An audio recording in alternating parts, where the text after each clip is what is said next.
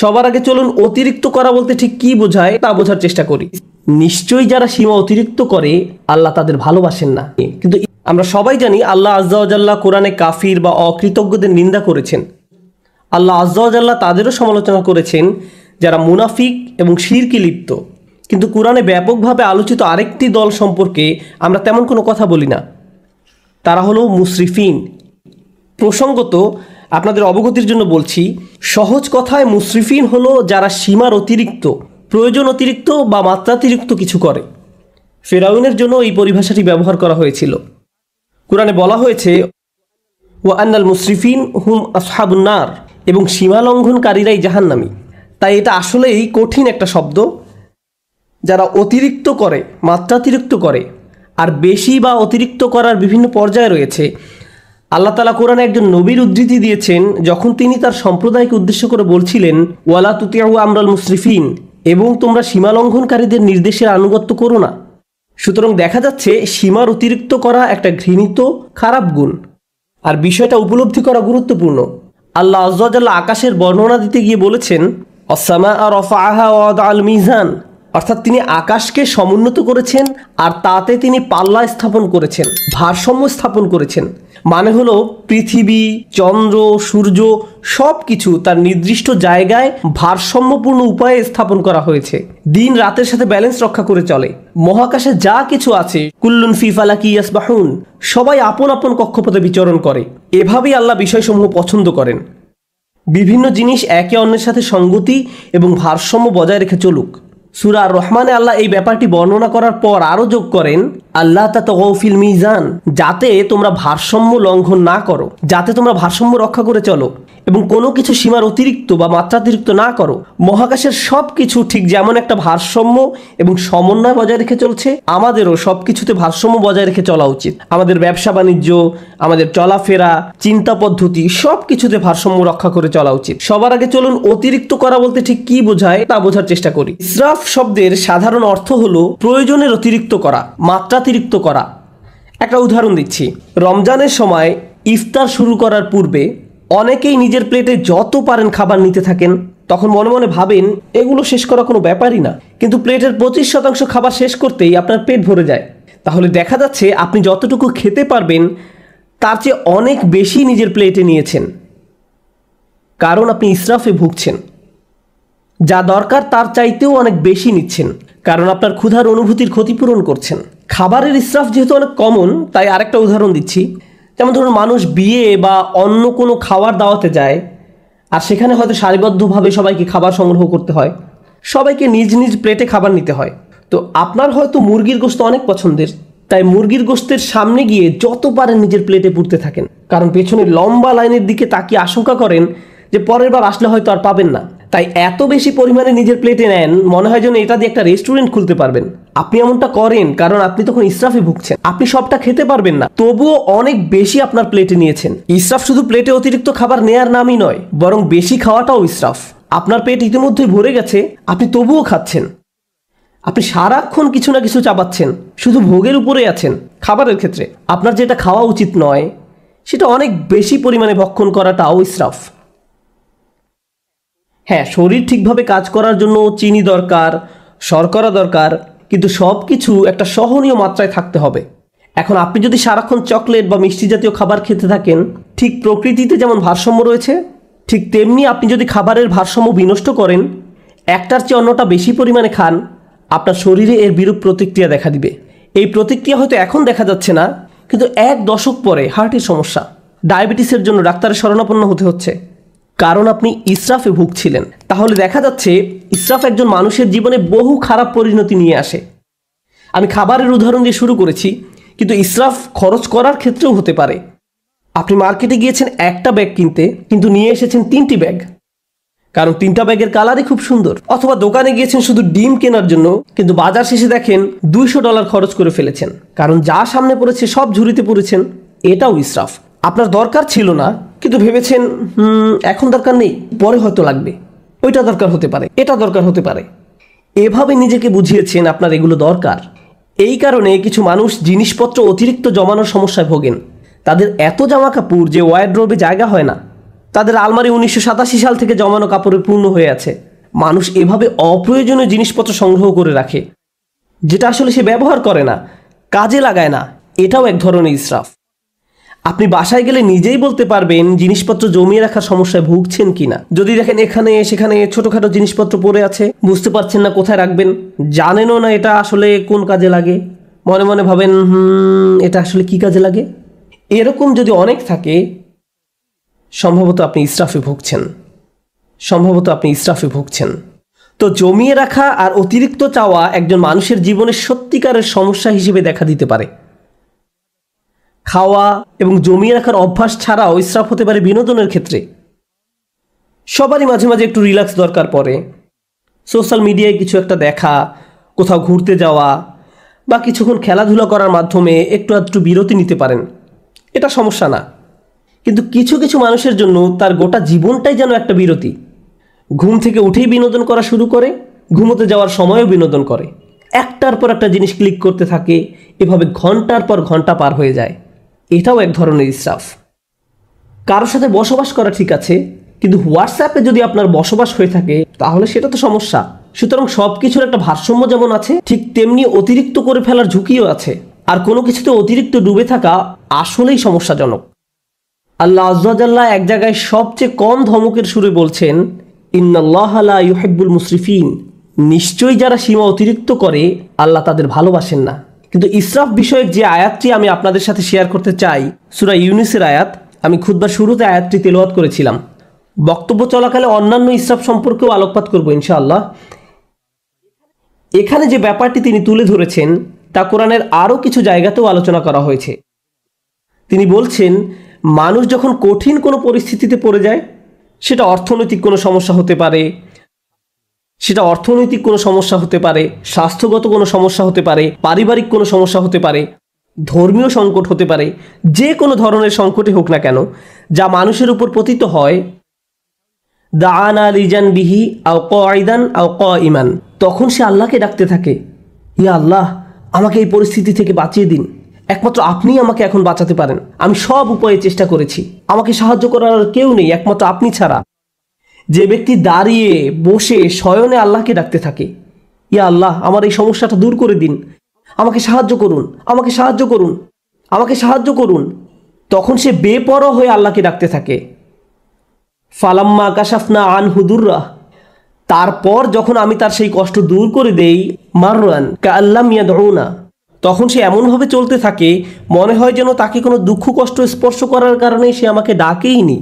তাহলে দেখা যাচ্ছে যখন আপনি কোনো সমস্যায় পতিত হন তখন বেপরোয়া হয়ে আল্লাহকে ডাকতে থাকেন, কিন্তু আল্লাহ তাআলা যখন সমস্যাটি সমাধান করে দেন তখন পূর্বাবস্থায় ফিরে যান। তখন আমরা এমন আচরণ করি মনে হয় যেন আমরা আল্লাহর নিকট কোনো প্রার্থনা করিনি, আমাদের চোখ থেকে অশ্রু নির্গত হয়নি, কিন্তু আমরা ঠিকই তখন কেঁদেছিলাম। আর এখন আমাদের কষ্ট দূর করে দেওয়ার পর আমরা আল্লাহকে ভুলে গিয়েছি, নিজের মতো করে জীবনে চলা শুরু করেছি। আপনাদের মনে প্রশ্ন আসতে পারে যে এর সাথে তাহলে ইসরাফের সম্পর্ক কি? মনে হচ্ছে এর সাথে ইসরাফের কোনো সম্পর্ক নেই, কিন্তু আল্লাহ যেভাবে এই আয়াতের সমাপ্তি টেনেছেন তার সাথে এর সম্পর্ক রয়েছে। কাযালিকা যুয়্যিনা লিল মুসরিফিনা মা কানু ইয়ামালুন, এভাবেই যারা সীমার অতিরিক্ত করে তাদের জন্য তাদের কাজকর্মগুলোকে চাকচিক্যময় বানিয়ে দেওয়া হয়েছে। এই আয়াতটি আমাদের জীবনের খুবই গোপন একটা বিষয় সম্পর্কে জানান দিচ্ছে। আপনি যদি অমিতব্যয়িতার জিন্দেগি যাপন করেন, সেটা টাকার ক্ষেত্রে হতে পারে, এমন কাজে টাকা ব্যয় করা যেখানে ব্যয় করা উচিত নয়, মাত্রাতিরিক্ত বিনোদন যা সম্পর্কে একটু আগে বলেছি, অতিরিক্ত সামাজিকতা, অর্থাৎ আপনি সব সময় কারো না কারোর সাথে আড্ডা দিয়ে থাকেন, সব সময় বাইরে ঘুরতে যান, বন্ধুদের সাথে মৌজমাস্তি করতে থাকেন, সব সময় মানুষের সাথে কথা বলে সময় কাটান, ফলে ইবাদত করার যথেষ্ট সময় পান না। আপনি যাই করেন না কেন মাত্রাতিরিক্ত করেন। আপনার জীবনযাপন পদ্ধতি যদি এরকম হয়ে থাকে তাহলে সব সময় বিভিন্ন রকমের সমস্যায় পতিত হবেন, আপনার উপর বিভিন্ন কষ্ট আপতিত হবে। আপনারা যেহেতু পুরুষ, তাই পুরুষদের নিয়ে একটা উদাহরণ দেই। একজন পুরুষ হিসেবে আপনার উপর বিভিন্ন রকমের দায় দায়িত্ব আছে। আপনার বাবা মায়ের প্রতি দায় দায়িত্ব আছে, ভাই বোনের প্রতি দায়িত্ব রয়েছে, আপনার স্ত্রীর প্রতি দায়িত্ব রয়েছে, আপনার সন্তান সন্ততির উপর দায়িত্ব রয়েছে, তার উপর রয়েছে ধর্মীয় দায় দায়িত্ব, চাকরির দায় দায়িত্ব, অর্থনৈতিক দায় দায়িত্ব, বন্ধু বান্ধবের খোঁজ খবর নেয়া, নিজের শরীর ঠিক রাখা সহ নানান রকমের ব্যাপার চারিদিক থেকে প্রতিনিয়ত আপনাকে টানছে। এখন কেউ যদি সিদ্ধান্ত নেয় যে সে সব কিছু ভুলে শুধু তার স্বাস্থ্যের উন্নতি নিয়ে পড়ে থাকবে, পাল্লাটা এখন একদিকে নামিয়ে দিয়েছে। সে হয়তো ভালো স্বাস্থ্য অর্জন করবে ঠিকই, কিন্তু জীবনের অন্যান্য ব্যাপারগুলো তার জন্য নানান রকম সমস্যা বয়ে নিয়ে আসবে। অথবা কেউ বলল আমি শুধু আমার সন্তানদের যত্ন নিব, বাবা মায়ের কথা ভুলে যাব, তাদের কথা ভুলে যান, তাহলেও আপনার জীবনে বহু সমস্যা দেখা দিবে। তাই আমরা যদি একটা ব্যাপারের কুরবানি দিয়ে অন্য ব্যাপারগুলো নিয়ে পড়ে থাকি, সব সময় কিছু না কিছু থাকবে যা আপনার মনোযোগের দাবি জানাবে, যার ভারসাম্য রক্ষা করা প্রয়োজন। প্রতিবার যখন আমরা একটা কিছু অতিরিক্ত পরিমাণে করি, এর মাধ্যমে আমরা আসলে অন্য আরেকটা ব্যাপারকে অগ্রাহ্য করি, বঞ্চিত করি, কিছু একটার অধিকার আমরা অস্বীকার করি। ফলশ্রুতিতে আমাদের জীবন পথে নানান রকম সমস্যা এসে জড়ো হয়। তারপর আমরা আমাদের সমস্যা দূর করে দেওয়ার জন্য আল্লাহর কাছে দোয়া করি। আমরা যখন কোনো কষ্টকর সময় পতিত হই, তখন একটি বিষয় আমরা পরীক্ষা করে দেখতে পারি, কোথায় আমি অতিরিক্ত কিছু করেছি, কোন কাজে আমি বেশি আচ্ছন্ন হয়ে পড়েছিলাম, কোন ব্যাপারটা আমি উপেক্ষা করেছি, আর কোন ব্যাপারটায় আমি অতিরিক্ত মনোযোগ দিয়েছি। আমি কি কোনো কিছুতে বেশি করে ফেলেছি? এজন্যই কি আমি সমস্যায় পড়েছি? যে ভারসাম্য থাকার কথা ছিল সেটা হারিয়ে ফেলার কারণেই কি এমনটা হয়েছে? অতএব এটা আসলে আমাদের ধর্মের অন্যতম একটা মূলনীতি, খুবই শক্তিশালী একটা মূলনীতি। আরেকটা উদাহরণ দিচ্ছি, নিজে নিজে চিন্তা করে দেখুন। আবেগের ক্ষেত্রে অতিরিক্তের সম্ভাবনা রয়েছে। যেমন রাগ হওয়া সাধারণ ব্যাপার, কেউ আপনাকে খারাপ কিছু বললে আপনার রাগ হবে, এটা স্বাভাবিক একটা প্রতিক্রিয়া। এক্ষেত্রে অতিরিক্ত হবে যদি আপনি দিনরাত 24 ঘন্টা মনের মাঝে সেই ক্রোধ পুষে রাখেন, সারাক্ষণ এটা নিয়ে ক্রোধান্বিত থাকেন। একটি পীড়াদায়ক কথা আপনাকে বলা হয়েছিল, আর আপনি কিনা সেই একটি কথা নিয়ে পড়ে রয়েছেন। আপনার চিন্তাভাবনার সব কিছুতেই এটাকে প্রভাব বিস্তার করতে দিয়েছেন। এর ফলে সব কিছুতে আপনার দৃষ্টিভঙ্গি পরিবর্তিত হয়ে গিয়েছে। কোনো কিছুই আপনাকে আর সুখী করে না, ভালো লাগে না। যেসব ব্যাপার আপনাকে কখনোই রাগান্বিত করতো না, সে ব্যাপারগুলো নিয়েও আপনি রেগে যান, সব কিছুতেই আপনি বিরক্তি প্রকাশ করেন। এমনটি যখন ঘটে, তখন আপনার আশেপাশের প্রিয়জনরা এর ফলে কষ্ট পায়। সুতরাং ধারাবাহিক একটা প্রতিক্রিয়া শুরু হয় এবং আপনি নিজেই একটা কষ্টে পতিত হন।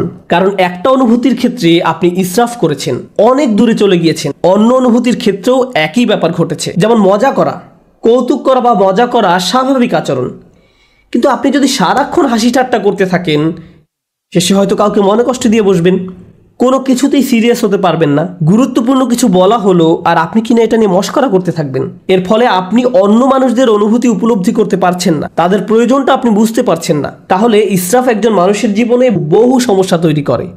ইসরাফ নিয়ে আমার প্রিয় একটা দোয়া, যেটা সূরা আল ইমরানে এসেছে। আমি বহু কারণে এই দোয়াটি পছন্দ করি। তার একটি কারণ হলো, আল্লাহ আযজা ওয়া জাল্লা এমন কিছু মানুষের প্রশংসা করেছেন যারা রাসূলুল্লাহ সাল্লাল্লাহু আলাইহি সাল্লামের আগমনের বহু শতাব্দী পূর্বে তাদের নিজেদের নবীর সাথে নিয়ে আল্লাহ রাস্তায় যুদ্ধ করত।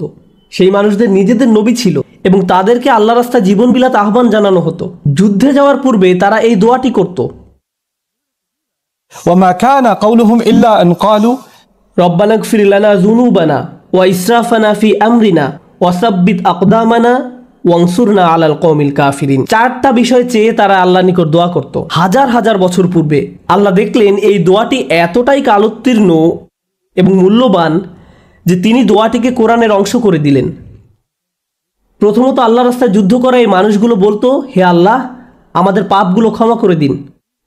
রব্বানা ইগফির লানা যুনুবানা, রব্বানা ইগফির লানা যুনুবানা, আমাদের ভুলগুলো, আমাদের লজ্জাজনক কাজগুলো ঢেকে দিন। দ্বিতীয়ত ওয়া ইসরাফানা ফি আমরিনা, এবং বিভিন্ন কাজে কর্মে আমাদের যে বাড়াবাড়িগুলো রয়েছে তাও ঢেকে দিন।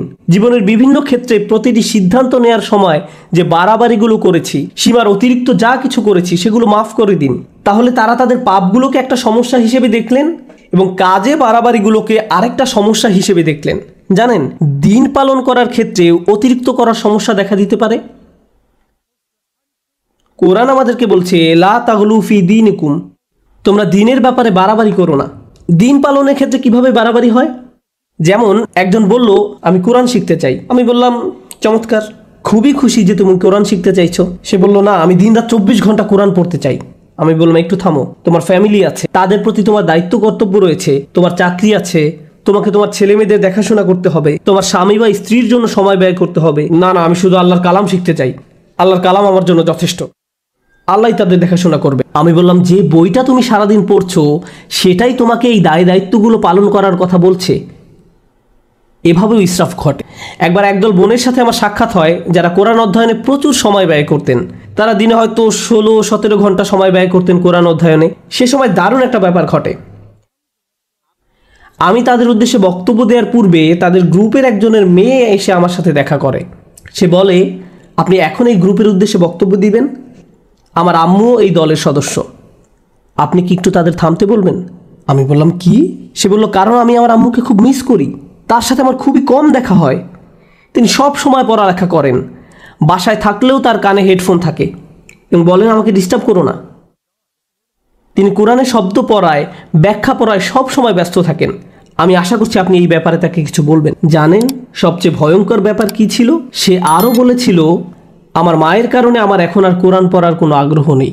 তারপর আমি যখন তাদের সামনে কথা বলতে গেলাম, আমি এই মেয়েটি সম্পর্কে কিছুই বললাম না। আমি বললাম, চলুন আজকে সবাই মিলে কিছু আয়াত অধ্যয়ন করি। তারপর আমরা কয়েকটি আয়াত পড়লাম। তার মাঝে কয়েকটি আয়াত ছিল, ওয়া ইলাস সামাই কাইফা রুফিআত ওয়া ইলাল জিবালি কাইফা নুসিবাত, এবং আকাশের দিকে কি লক্ষ্য করে দেখো না কিভাবে সেটা উঁচু করা হয়েছে, আর পাহাড়ের দিকে কি দেখো না কিভাবে তা স্থাপন করা হয়েছে। তারপর আমি জিজ্ঞেস করলাম, আপনাদের কে কে এই আয়াতগুলো অধ্যয়ন করেছেন? সবাই হাত তুলল। তারপর বললাম, আপনাদের কে কে পাহাড় পর্বত দেখেছেন? আপনাদের কে কে রাতের আকাশে তারা দেখেন? এমনটা করেছেন কখনো? তারা বলল, না না, আমাদের তো কোরআন পড়তে হবে। কিন্তু সেই কোরআনই তো আপনাদেরকে এসব করতে বলছে। কিন্তু কোরআনেই আফালাম ইয়াসিরু ফিল আরদ, তারা কি জমিনে ভ্রমণ করেনি? তারা কি আল্লাহ সুন্দর সৃষ্টি দেখেনি? আপনারা এই সম্পর্কে পড়তে চান কিন্তু কাজটি করতে চান না। অথচ আল্লাহ বলছেন বাহিরের পৃথিবী দেখার জন্য। অন্য কথা, এমনকি ধর্মীয় কাজে অতিরিক্ত করার সম্ভাবনা থাকে। এটা পরিহাসের ব্যাপার যে মানুষ কোরআন পড়ছে আবার একই সময় কোরআনের নির্দেশনাকে উপেক্ষা করছে। এমনটাও ঘটতে পারে। ইসরাফ আমাদের আবেগের বেলায় ঘটতে পারে। আমি সক্রিয় আবেগ, রাগের ব্যাপারে আগে কথা বলেছিলাম। ইসরাফ কিন্তু নিষ্ক্রিয় আবেগ, যেমন চুপ থাকার ক্ষেত্রেও ঘটতে পারে। যেমন ধরুন, কেউ হয়তো আপনার প্রতি বা আপনার পরিবারের কারো প্রতি অন্যায় করেছে, তখন আপনি ভাবলেন আমার ধৈর্য ধারণ করা উচিত, চুপ থাকা উচিত। এখন আপনার এই চুপ থাকার কারণে অন্যায়কারী একটার পর একটা অন্যায় করেই যাচ্ছে।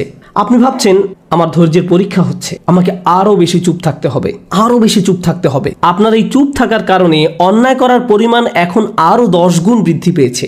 আপনি এখানে ইসরাফ করেছেন। আপনার চিৎকার চেঁচামেচি করার দরকার নেই, আবার ব্যাপারটা নিয়ে অজ্ঞ থাকারও কথা নয়। আপনার তো অন্তত পক্ষে সত্যটা মুখ দিয়ে বলার দরকার ছিল, কালোকে কালো বলার দরকার ছিল, যা সত্যি তা বলা উচিত ছিল। ওয়াতাওয়াসাউ বিল হক বলতে তো এটাই বোঝায় তারা একে অন্যকে সত্যের উপদেশ দেয়। বিষয়টা যেমন তাকে তেমনই বলা উচিত ছিল। যদি অন্যায় হয়ে থাকে, অন্যায় বলতে হবে, সরি মা, এটা ঠিক নয়, সরি বাবা, এটা ভুল, সরি আমার স্বামী বা স্ত্রী, তুমি ঠিক কাজ করনি। অন্যায় করলে বলতে হবে।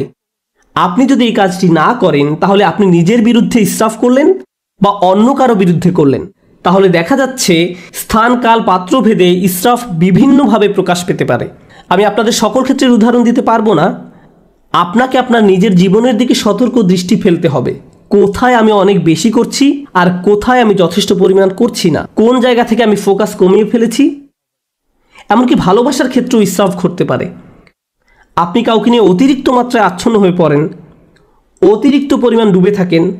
মা তার সন্তানের প্রতি মাত্রাতিরিক্ত আসক্ত হয়ে পড়ে। সব সময় সে তার ছেলের চিন্তায় মশগুল থাকে। কি করছে এখন, কি খেয়েছো, ভালোভাবে ঘুমিয়েছো, তুমি কি এখনো অফিসে, বাসায় আসবে কখন, বাসায় আসছো না কেন।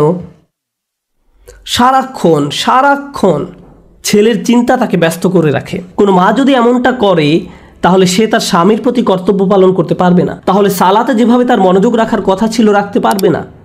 তাহলে সে তার নিজের স্বাস্থ্যের যত্ন নেওয়ারও সময় পাবে না। এক্ষেত্রেও আমরা একই পরিণতি দেখতে পাচ্ছি। আপনি যখন একদিকে মাত্রাতিরিক্ত মনোযোগ দিবেন, তখন অন্য দিকগুলোর ভারসাম্য নষ্ট হবে। আর এই ভারসাম্য ঠিক রাখা সহজ ব্যাপার নয়। এজন্যই এই দোয়ার কথাগুলো আসলেই তাৎপর্যপূর্ণ। প্রথমে আমরা আল্লাহর কাছে আমাদের গুনাহ মাফের জন্য দোয়া করছি, তারপর আমরা দোয়া করছি আমাদের কাজকর্মে বাড়াবাড়িগুলো ঢেকে দেওয়ার জন্য। অন্য কথায়, যখনই আপনি কোনো কিছু মাত্রাতিরিক্ত করে ফেলছেন, নিশ্চয়ই এর ফলে অন্য কিছুর ভারসাম্য বিনষ্ট হয়ে গিয়েছে। ওয়াসাব্বিত আকদামানা, আমাদেরকে দৃঢ় পদ রাখুন, আমাদেরকে অবিচল রাখুন। সাব্বিত আকদামানা, পা সুদৃঢ় করুন। আমরা এখান থেকে কি শিখছি? ইসরাফ কি করে? ইসরাফ আপনার জীবনের ভারসাম্য নষ্ট করে ফেলে। আমরা সূরা ইউনূসের অন্য একটি আয়াত শিখেছি ইসরাফ আমাদের জীবনে নানা রকম সমস্যা নিয়ে আসে, আর এখানে আমরা শিখছি আমাদের পা দৃঢ় থাকবে না যদি আমাদের জীবনে ইসরাফ থাকে। প্রতিবার যখন কিছু আপনি মাত্রাতিরিক্ত করছেন, জীবনের অন্য কিছু তার গতিপথ হারিয়ে ফেলতে পারে। আপনার জীবনে এখন উদ্বেগ উৎকণ্ঠা দেখা দিয়েছে, আপনি সমন্বয় অনুভব করতে পারছেন না, আপনি আপনার অন্তর দিয়ে তা উপলব্ধি করতে পারেন এবং বাইরে থেকেও সঠিক মনে হয়, কিন্তু সব কিছু যখন ভারসাম্য হারিয়ে ফেলে ঠিকমতো ঘুমাতে পারেন না, মানসিক শান্তি হারিয়ে যায়। আপনার চিন্তাভাবনার দিকে নজর দিলেই বুঝতে পারবেন ইসরাফ করছেন কিনা। শুধু নিজের চিন্তার দিকে নজর দিলেই, যদি আপনার পা দৃঢ় থাকে এবং যে অবস্থায় আছেন সেখানে যদি নিজেকে নিরাপদ অনুভব করেন, এটা আসলে প্রমাণ করে যে আপনার জীবন থেকে ইসরাফ দূর হয়ে গিয়েছে। রব্বানা গফির লানা যুনুবানা ওয়া ইসরাফানা ফি আমরিনা ওয়া সাব্বিত আকদামানা। সবশেষ যেহেতু আপনি আপনার জায়গায় অবিচল আছেন, এজন্য অনসুরনা আলাল কওমিল কাফিরিন, আমাদেরকে কাফেরদের মোকাবেলায় সাহায্য করুন। আল্লাহ মানুষদের প্রার্থনার কথাগুলো বর্ণনা করেছেন। যুদ্ধে যাওয়ার পূর্বে আমাদেরকে শক্তিশালী করে তুলুন। এখানে কিভাবে আপনি শক্তিশালী হয়ে উঠবেন? সবার আগে আল্লাহ আপনাকে ক্ষমা করে দিবেন, তারপর আপনাকে অতিরিক্তের ক্ষতি থেকে বাঁচিয়ে দিবেন। ফলশ্রুতিতে আপনি শক্তিশালী হয়ে উঠবেন, আর তাই এখন আপনি শত্রু মোকাবেলা করার জন্য প্রস্তুত। অনসুরনা আলাল কওমিল কাফিরিন। এভাবে গভীর দৃষ্টিকোণ থেকে চিন্তা করলে আমরা বুঝতে পারবো কিভাবে আমাদের জীবনে ব্যালেন্স রক্ষা করব, কিভাবে আমাদের জীবনে ভারসাম্য ফিরিয়ে আনবো। আল্লাহ আযজা ওয়া জাল্লা ইসরাফ সম্পর্কে জিজ্ঞাসা করবেন। আপনাদের কেউ কেউ নিজের ছেলে মেয়েদের ভালোবাসার ক্ষেত্রেও ইসরাফ করেন। আপনি একজনের চেয়ে অন্যজনের প্রতি বেশি ভালোবাসা দেখান। এমনকি আপনি যদি খারাপ ব্যবহার নাও করেন, একজন কাছে আসলে তাকে আদর করে জড়িয়ে ধরেন, চুমু খান, আর অন্যজন কাছে আসলে তাকে দূর থেকে আসসালামু আলাইকুম, তাকে কাছে টেনে নেন না। আপনি তার সাথে খারাপ আচরণ করেননি, কিন্তু তবু এটি ইসরাফ। প্রতিক্রিয়া দেখানোর ক্ষেত্রেও ইসরাফ হতে পারে। একজন বিস্কুট খেলে আপনি তাকে ধমক দিয়ে বলেন, হেই তোমাকে না বিস্কুট খেতে নিষেধ করেছিলাম, আর অন্যজন খেলে তাকে আদর করে বলেন, ও তুমি কেন বিস্কুট খেয়েছো। এখানেও কিছুটা ইসরাফ হয়ে যাচ্ছে। আপনার এমন আচরণ ভবিষ্যতে দুইজনের মাঝে সমস্যা তৈরি করবে। সে আপনার প্রতি ক্রুদ্ধ হবে না, সে রাগ দেখাবে তার ভাইয়ের প্রতি। তারপর আপনি ভাবেন তারা এভাবে মারামারি করে কেন? তারা পরস্পর মারামারি করছে আপনার ইসরাফের কারণে। আপনি এটা তৈরি করেছেন, আপনি এই সমস্যা তৈরি করেছেন।